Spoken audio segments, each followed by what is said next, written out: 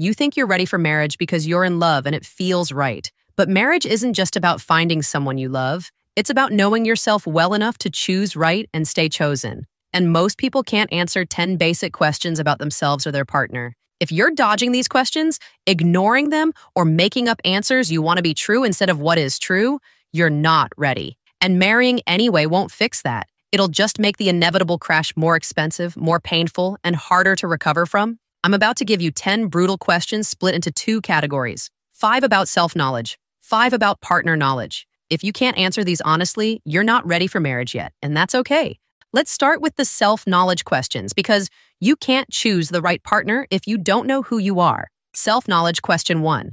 Who are you outside of relationships? Can you describe your identity without referencing being someone's partner? Do you have interests, goals, friendships, and a sense of self that exist independently? If your entire identity revolves around being in a relationship, you're not ready to marry. You're ready to lose yourself. Marriage requires 2 whole people choosing each other, not 2 half people trying to become one. If you don't know who you are alone, you'll disappear in a partnership. The brutal truth. If you can't spend a weekend alone without feeling incomplete or anxious, you're not bringing an independent self to marriage. You're bringing dependency disguised as love. Self-knowledge question 2. What are your core non-negotiables in a partner? Can you name them clearly right now? Not preferences, not ideals, non-negotiables, the things without which the relationship cannot work for you. Most people can't answer this. They know what they want, but they can't distinguish between wants and needs. They compromise on fundamental values because they're in love with someone who doesn't actually meet their core requirements. If you can't articulate your non-negotiables, you'll end up married to someone who violates them regularly while you wonder why you're miserable. Know what you absolutely need before you commit to someone who can't provide it. Self-knowledge question 3. What patterns do you repeat in relationships and why? Have you identified your behavioral patterns? Do you know why you do what you do? Have you worked on changing unhealthy patterns? Maybe you always choose emotionally unavailable people. Maybe you become controlling when you're insecure. Maybe you shut down during conflict. Maybe you lose yourself trying to please others. Whatever your pattern is, have you acknowledged it and done the work to change it? If you haven't identified and addressed your patterns, you'll bring them into marriage where they'll destroy things slowly but surely. Your unexamined patterns become your spouse's daily reality. Self-knowledge question 4. What unhealed trauma are you bringing into this marriage? What childhood wounds haven't you processed? What past relationship damage are you carrying? What emotional triggers do you have that aren't about your current partner? Everyone has wounds. The question is whether you've acknowledged them and taken responsibility for healing them, or whether you're expecting marriage to fix you. Because marriage won't heal your trauma. It will activate it repeatedly until you deal with it. If you're marrying someone hoping they'll fix what your parents broke or what your ex damaged, you're setting both of you up for failure. Heal first, then marry. Self-knowledge question 5. Can you be alone and be okay? Not just tolerate being alone, but actually be content with your own company? Or are you marrying to escape loneliness, fill a void, or avoid dealing with yourself? If you're using marriage as an escape from yourself, you're in for a terrible surprise when you discover that marriage doesn't make loneliness disappear. It just puts it in a room with another person who can't fix it for you. Marriage should enhance an already good life, not rescue you from a bad one. If you need someone to make you feel whole, you're not ready for partnership.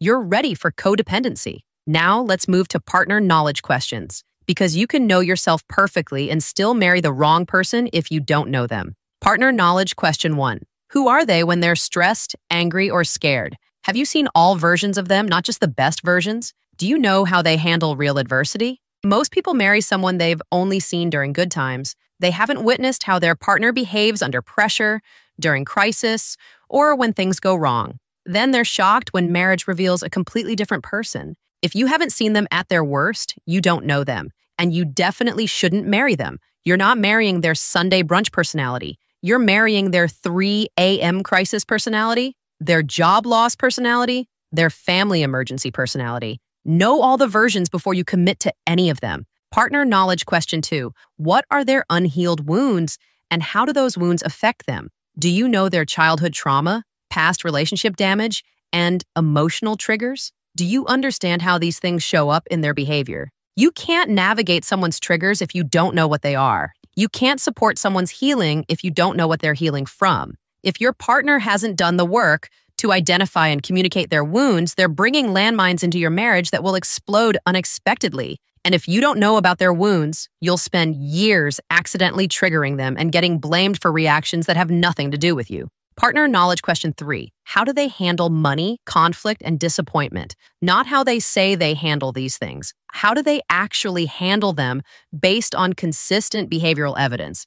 Do they spend impulsively or save carefully? Do they discuss conflict or avoid it? Do they take responsibility or blame others? Do they adapt to disappointment or spiral into negativity? These aren't small details. These are fundamental life skills that determine whether daily life with them is peaceful or chaotic. If you haven't observed their real patterns around money, conflict, and disappointment through multiple situations, you're guessing about who they are.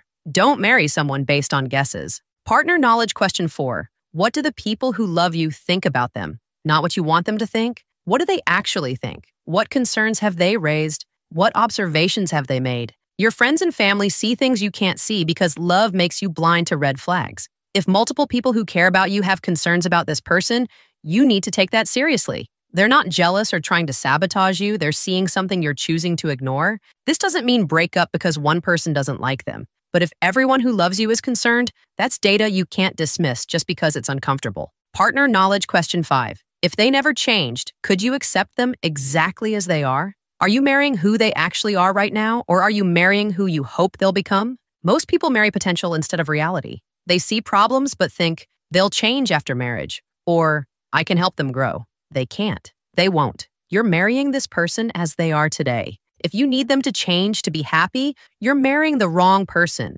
If you're counting on growth, development, or transformation, you're gambling on fantasy. Marry reality or don't marry at all. Here's why these 10 questions are brutal. They force you to be honest about things you'd rather ignore. They require self-awareness and partner awareness that most people don't have because gaining it requires uncomfortable work. But here's the thing about uncomfortable questions. They're uncomfortable now or devastating later. You choose. Facing these questions before marriage might save you years of misery, financial destruction, and the trauma of divorce. Not being able to answer these questions doesn't make you a bad person. It makes you not ready yet, and that's valuable information. Better to know you're not ready and wait than to marry unprepared and crash spectacularly. If you can't answer these questions, here's what you do. Start doing the work. Get therapy to identify your patterns and heal your wounds. Have hard conversations with your partner about their wounds, triggers, and behavioral patterns. Observe them through different situations before committing legally. Spend time alone to develop your independent identity. Clarify your non-negotiables. Get honest feedback from people who love you. Watch how your partner handles money, conflict, and stress over time. Do the work before the wedding, not during the divorce. And if your partner refuses to do this work with you, that's your answer about whether you should marry them. Partnership requires 2 people willing to be brutally honest with themselves and each other. If they're not willing, you already know how this ends. These 10 questions give you the framework to evaluate all of that. Use them, even if it's uncomfortable, especially if it's uncomfortable, because discomfort now is wisdom. Avoiding discomfort now is disaster later. Subscribe for more brutally honest relationship content that respects your intelligence. Tell me in the comments which question you couldn't answer honestly. Remember, not being ready for marriage yet doesn't mean failure. It means self-awareness. And self-awareness is the foundation for every successful marriage that's ever existed.